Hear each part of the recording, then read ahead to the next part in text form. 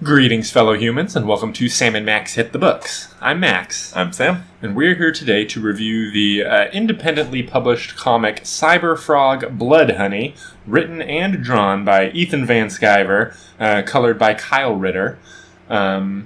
This is not the first Cyberfrog comic. There was a short-lived, independently published Cyberfrog series, also by Ethan Van Sciver. He's the creator of the character. This is his original character for a while. Okay. But I've never read any Cyberfrog before, so this is my first introduction to anything with this character. Cool. Same Mine for you as well, obviously. So you've never heard of Cyberfrog before. And Ethan Van Sciver, is that a name that rings a bell to you in any way? Nope. All right, I just wanted to ask that. Cyberfrog, Bloodhoney. The first thing I want to start with, actually, is not necessarily anything about Ethan, but Kyle Ritter, the colorist. Because, brother, this is one of the best colored comics I've ever seen. It fucking looks great. And, I shouldn't diminish the pencils either, because it looks good. The art is great. Everything about the art is fantastic. It is quite good. It's tight. The action is clear.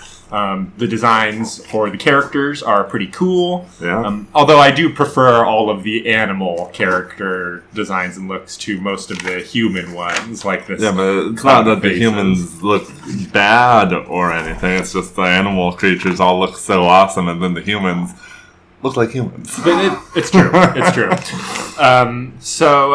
This is an interesting one because To judge the writing of this book, we'll get into the art a little bit more later in detail, but what did you think of the story of this comic? I thought it was wacko, it's bonkers, way out there, cool. So yeah, it's interesting alien invasion sci-fi. You can kind of tell that it's dancing around the previous Cyberfrog comics that exist, because it starts with an origin and then gets him out there, and then you, skip a lot of things. Right, I definitely noticed that. I was like, wait, did I skip a page where it's, everything between then and now? Right. Nope, he's living in the world now, he's got an apartment. He's got an apartment. After being made, because, that's the real thing. It's, there's the evil sci-fi wasp things, but then there's also the good sci-fi controller that sent the machine down that created Cyberfrog and his brother. Salamandroid. Sal. Let's talk about Salamandroid for a second, because Salamandroid is hilariously large. Right. At first I didn't even realize, and then they put him next to the human, and it's like, whoa, okay, yeah. Cyberfrog is the size of a man. Right. And Salamandroid is way bigger. Yeah, he's like a T-Rex out there. It's funny because I got sort of, after the intro happened and we were sort of seeing the day-to-day, I got a very strong, Ninja Turtles vibe. Oh, yeah. From the whole thing. Just because the way Cyberfrog is, and the way he's got this girl, that's his one buddy, who is, bringing him fast food, and he loves fried chicken, and it all felt very, 80s, 90s. Street New York. Completely agree. I got the Ninja Turtles vibe as well, even with how awesomely colored and drawn this all is. There's that bit of cartooniness to it. And now the Vizpiz, the evil wasp aliens. Yeah. Super gross. Yeah, gross and creepy, and they're making Bloodhoney, which is also super gross and creepy. I thought it was an interesting coincidence that we got this issue the same week as the Rick and Morty premiere, which also heavily featured wasps laying eggs and things. That's true. Yeah, and I'm guessing that, Rumblebee. Rumblebee here. I wanted to see more of Rumblebee. I assume that Rumblebee was, a character who was in the previous books. Right. He definitely just, shows up and is there, and we're meant to, I think, assume that they've been fighting for a while. World to world. But, I'm sorry, I got off track here. The Vizpiz. It's disgusting. Oh, yeah. No, it's awful. The actual, look of... Because there's two things that they'll do to you. So it's bad. If they catch you in twos, you get the whole situation, which is what we see, which is one of you gets the eggs, and one of you gets the honey. And that's where we see where the subtitle of the book comes from, Bloodhoney. Right. and we get to see it leaking out of all of this woman's facial orifices and being eaten by the disgusting Vizpiz larva. Yes, the larva.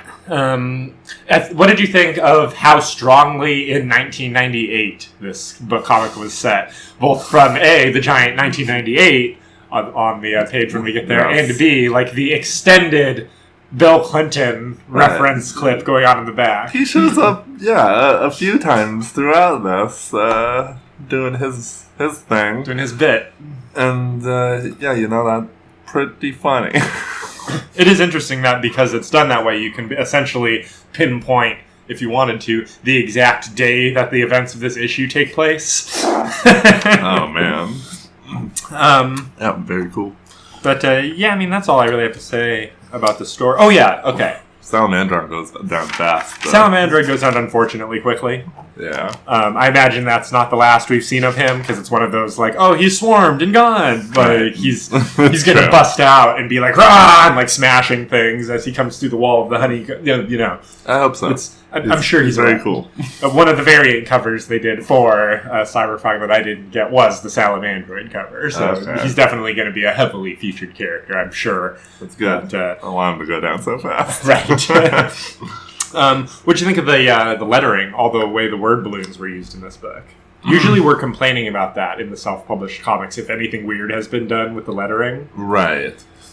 For the most part, I really like the balloons, but the font itself sometimes gave me a little bit of trouble. The ship's font. Yes. In particular. The ship's font in particular, definitely. It kind of looked like a little bit like just the regular English words version of the Jonathan Hickman X-Men alphabet. Right. Like all very the little similar. dots and spaces. Right, making it look all techy, which I can understand, having an AI thing that's talking, give it sort of a computerized looking thing. Right. But I'm slightly dyslexic. So, and that's kind of a difficult font for that. Yeah, I don't think anybody will be surprised if we say that we definitely prefer readability to stylishness. Right. Which is why it is nice that for Salamandroid and Cyberfrog and everyone else, they essentially just have like a unique word balloon style that in both shape and color. Because Cyberfrog's has like little bubbles around it. Yeah. And Salamandroid's is like this blue and red energy crackling that really gives you a good sense of what it sounds like when he talks. Yeah, and I appreciate that. It helps with the flow of everything. Even then, when the picture is really complex, you know who's saying what. You know who's saying what, and as going back to the complexity and the art again, the action is very good. It really is. It's well executed. It looks great. What can you say? Yeah, Cyberfrog got real big feet. And they are heavily featured. Yeah, I really enjoy his whole design, like the super long, angular way of his body, and the individually moving giant toes, and it's a very good design. He's a cool character. He is a cool character.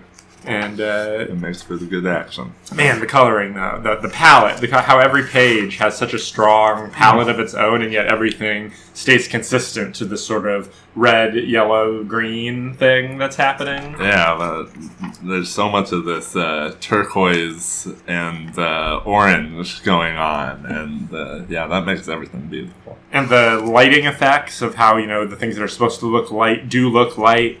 I don't know if it's the artist or the letterer in this case who is doing the sound effects, but the sound effects are also extremely well done. Oh yeah. This is a good comic. I think I've said what I needed to say. Yeah.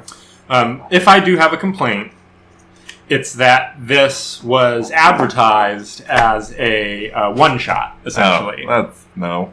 And I know now that there's basically going to be a follow-up one-shot that is currently in production and will be available for order.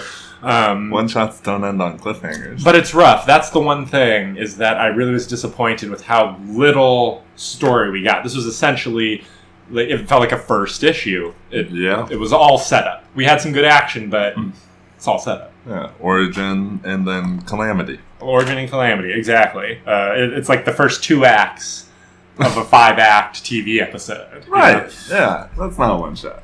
And the cover is gloriously 90s. Excellent chromium reflectiveness going on there. Although it does tend to bow quite a bit. Like I need to like push this down under some heavy books or something to make it lay flat.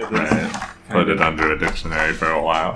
Yeah. So, what'd you think? I'll let you rate it first. Yeah, give it an 8. A solid 8. Yeah, real good. Yep. I am going to give this a 7. All right. It's pretty darn good. Even with that coloring? Oh yeah, that's the thing. It's, to me, honestly, the story, like the actual plot part of the comic, is like a 4, to be honest with you, because I have to dock points for it being incomplete. I mean, it is a little bit standard. Like, it's reminded me of Ninja Turtles in a way because we've seen all this kind of stuff before.